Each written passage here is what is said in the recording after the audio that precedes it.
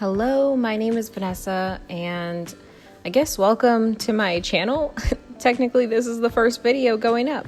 Wow, that is so weird. It's not the first video I filmed to go up because, I wanted to get used to talking and recording myself and whatnot. So I am just making homemade paper. I'm using gel food coloring to color the paper water. I wanted to go for a more pink colored paper since Mother's Day is coming up. And moms, they love homemade gifts. It's the thought that counts. You don't have to spend a whole bunch of money to get your mom something. You could just put in some effort, and I'm sure she will appreciate it. At least I hope my mom does, because she's got something coming in the mail regardless, her and my mother-in-law. So yeah, that's just my little Mother's Day gift. I don't really send out cards. I am so forgetful for every single holiday and birthdays, no matter what. In my video, I already blended up some paper and water, and I used liquid cornstarch or liquid starch. This is the first time I've ever sat down and edited and trying to film the audio over. So we'll see how it goes. I also made a homemade mold and decal. Well, I guess technically it's just half of a mold and decal. I don't have the whole thing. I already had a wooden dowel at my house. I used my saw to cut it up and staple. I got a giant roll of mesh from Home Depot for $8. Pretty cheap, if you ask me. I got that and I just stapled it all together and made it work for me.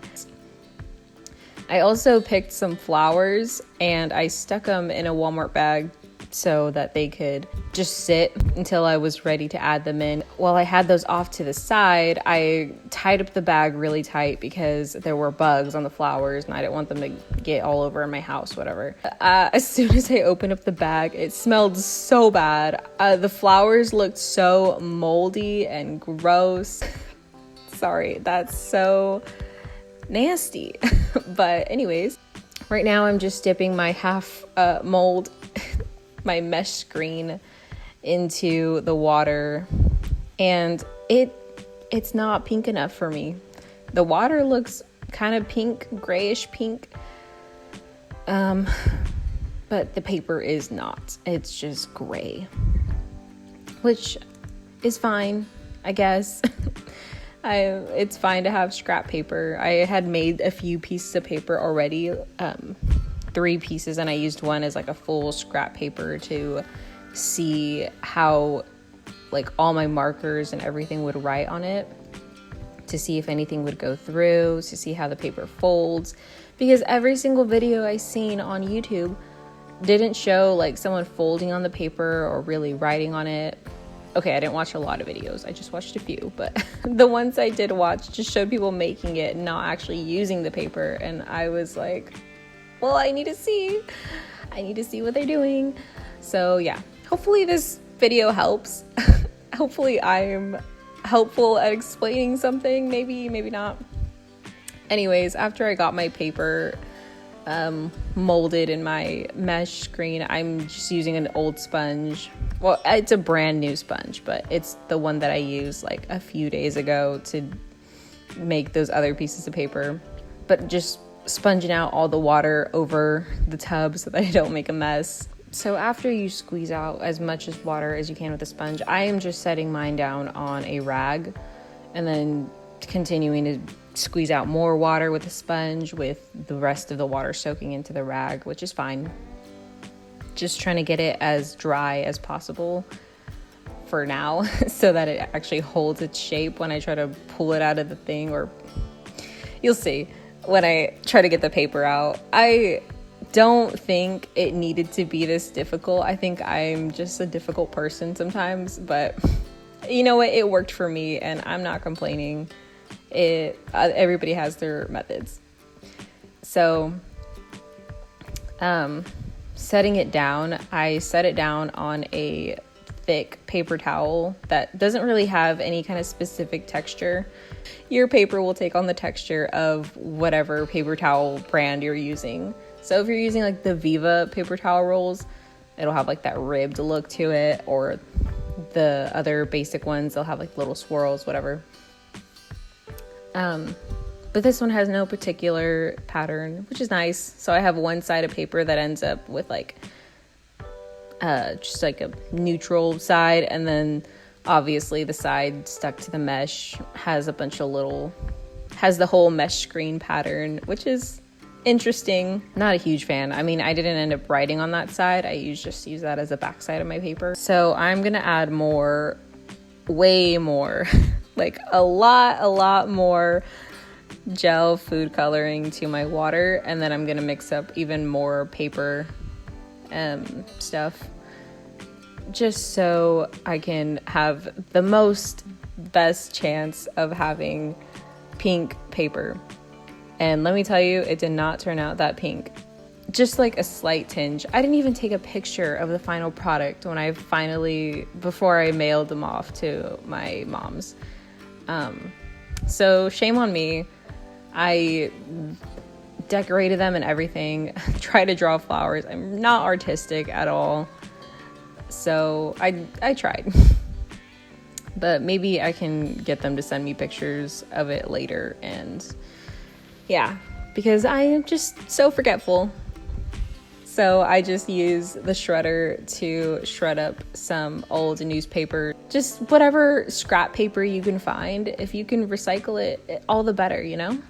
Rather than using plain white paper. So I put in some water that I had with a pitcher. I just had a pitcher of water next to me, ready to go. And then that liquid starch stuff, it was at my work, at my old job. They had it on like clearance, or they put like markdown stickers, and I grabbed it.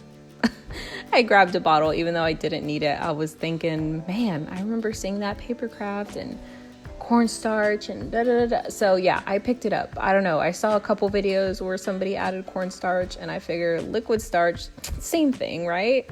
I have no clue. I honestly don't even know if anything I really added anything to it.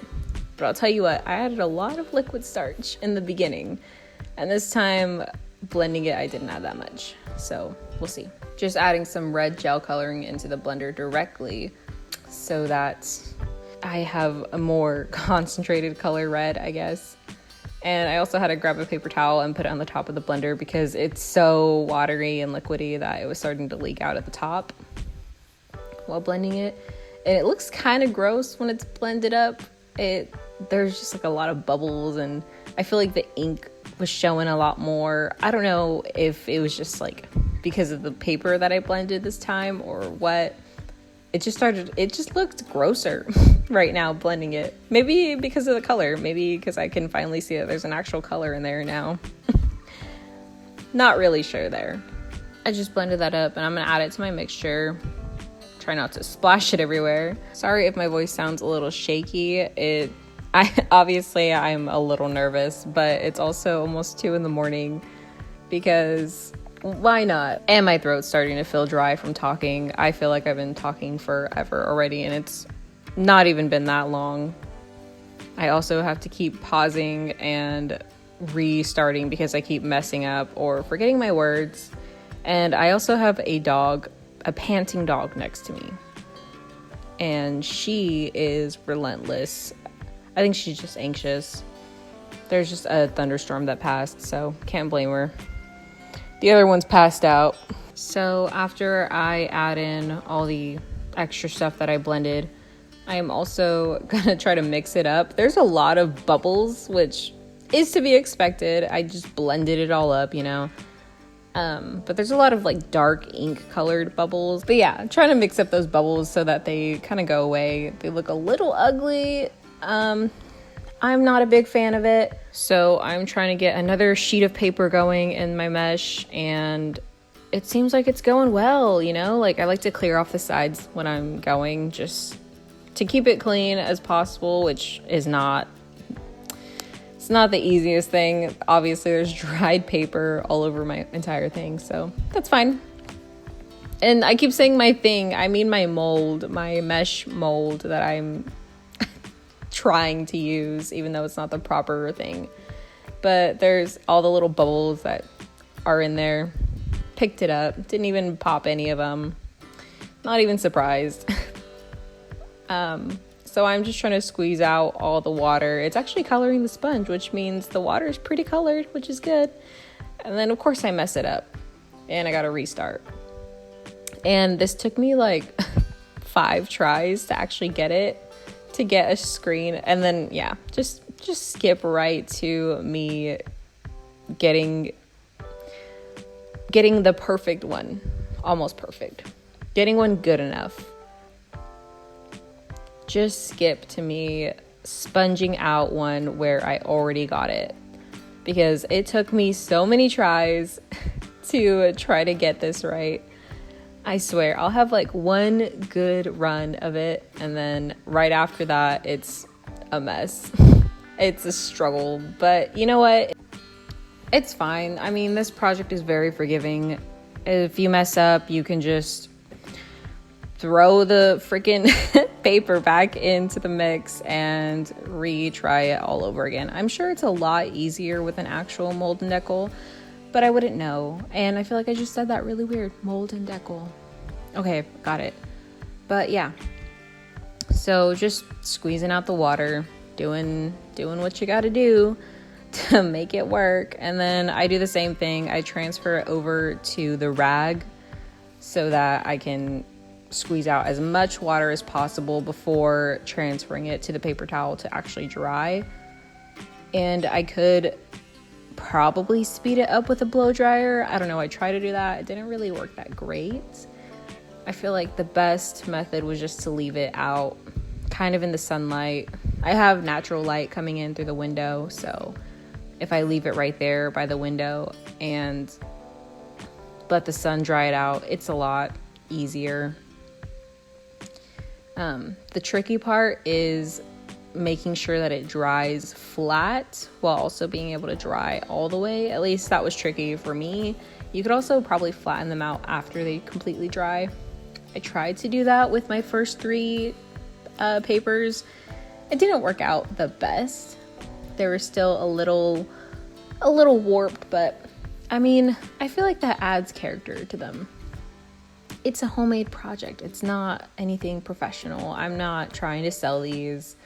I think they're just so cute and so fun and so personal, you know, because you can add a flower, you can add all the colors you want. I think it's special, which is the main reason why I wanted to do it. So yeah, I didn't even mention to get the paper out of the mold, I am just tapping it on the ground. Just tapping it, because I have no other way to unstick it without, hopefully, you know, without trying to not ruin the paper. And then of course I have to tap out the wrinkles and flatten it out and make sure it's good, because I'm not perfect. It's not perfect. It's not a perfect process. And then up close, you can see the texture of the mesh on top, which I think it's cool. It's cool that it holds texture like that. I'm just placing another paper towel on top, and doing that I feel like helps dry it out a little bit more.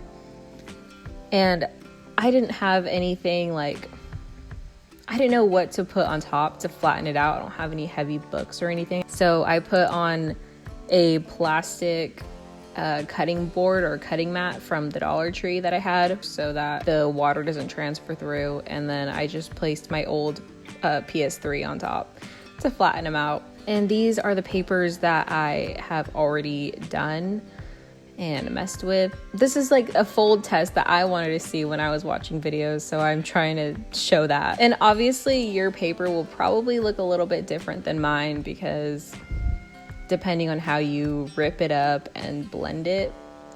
I got impatient with blending a batch, and then now I have strips, just like strips and of random words or a random few letters in my papers, which I think is still pretty neat. I am trying to show the texture dried of the mesh side, which you can tell has a bunch of lines through it, just tiny little squares when you look up close, and the other side with the flat, textureless paper towel. It looks nice. But I'm grabbing some envelopes to show that the paper size that I use, they fit in envelopes when I fold them a certain way. So folding my paper like hot dog style, like the long ways, it actually fits into like a regular envelope. Oh, so here's the paper that I wrote all over with like random Sharpies and markers and pens. And surprisingly, none of that transferred through to the other side.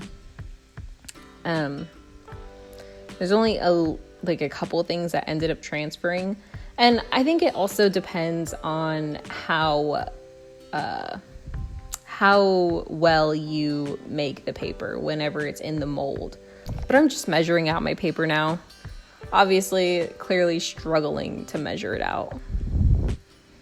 Oh my gosh, I just realized there's so many parts of this that I messed up while editing that I still have to go back through. Oh gosh. Okay.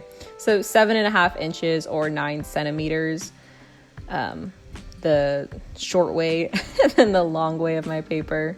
The long length is, let's see, about 9 inches or 23 centimeters.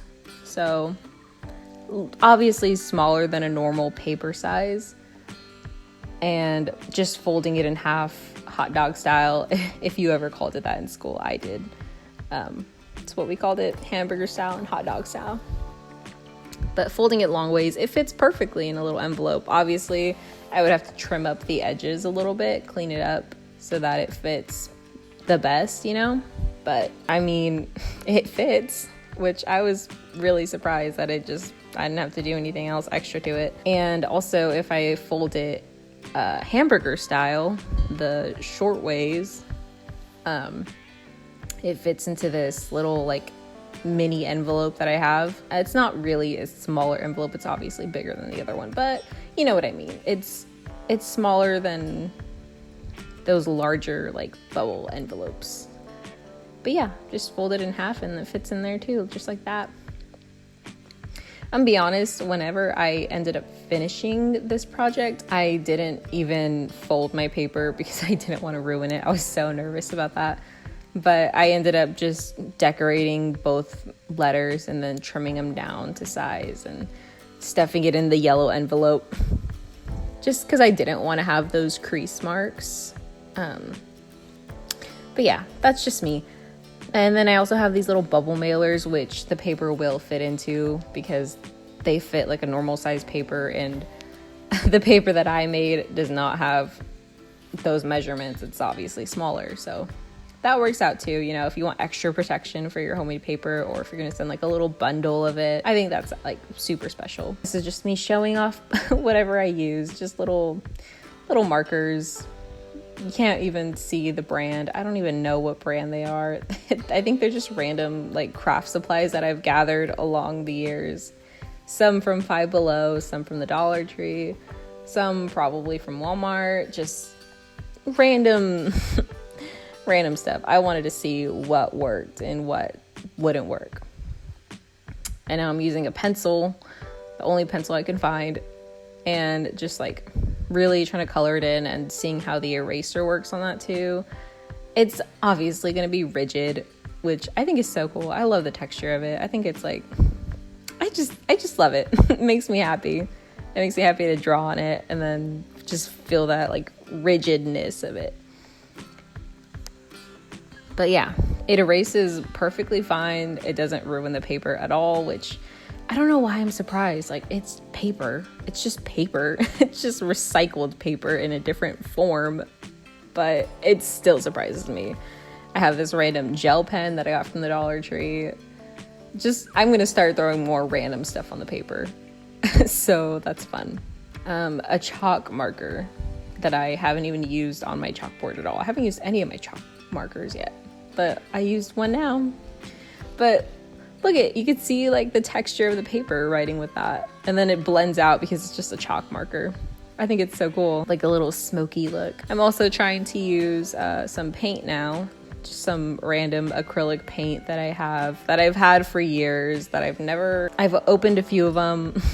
The yellow one I've never opened, so this is like my brand new brand new, several years old yellow acrylic paint. And I didn't know what I was going for because, again, I'm not an artist. I think I was going to try to paint a sun and then it turned into a star. So, yep, there's that. And look at me really, really trying to get that star shape. It's there. I mean, I see a star. I hope you guys do too. So I'm also using these oil-based Sharpie markers. And these were probably the only thing, the paint as well, just because it was a little bit, the paper was a little bit thinner where I was painting. So a little tiny bit of the paint did go through. Also, I got paint on my hand, if you noticed that, because I can't help but make messes every single time. I even spilled water when I was making the paper, but surprisingly, I didn't step in it at all, even though I was wearing socks. And you know, socks are pretty drawn to water, so that was a shocker for me. But these oil-based Sharpies were probably the only thing that really bled through, which I'm not surprised. It wasn't like too bad. I think it was just, actually, now that I think about it, I have the paper in the room. I'm not gonna go grab it to look, but one of them bled through. I don't remember which one. I think it was the red one. I don't know. But I am just drawing lines. When you put light pressure, that's when it shows the texture. But if you put a little bit more pressure, then it creates like a solid straight line. I don't know what I was expecting, but I was just shocked when that white marker did not show up. What is up with that? It showed up on my hand. I thought it wasn't working at first. Nope, it's just not showing up on my paper at all. Even though my paper's not white, I think it's gray, right? I would call that gray. It looks pretty gray in person. I also have these other alcohol-based markers. I got these from Five Below. I got them specifically because they were alcohol-based. They look like a Copic marker, like knockoff. I got, Five Below has a lot of stuff like that, which is pretty neat if you don't have the funds, which I don't really, so this works for me just fine.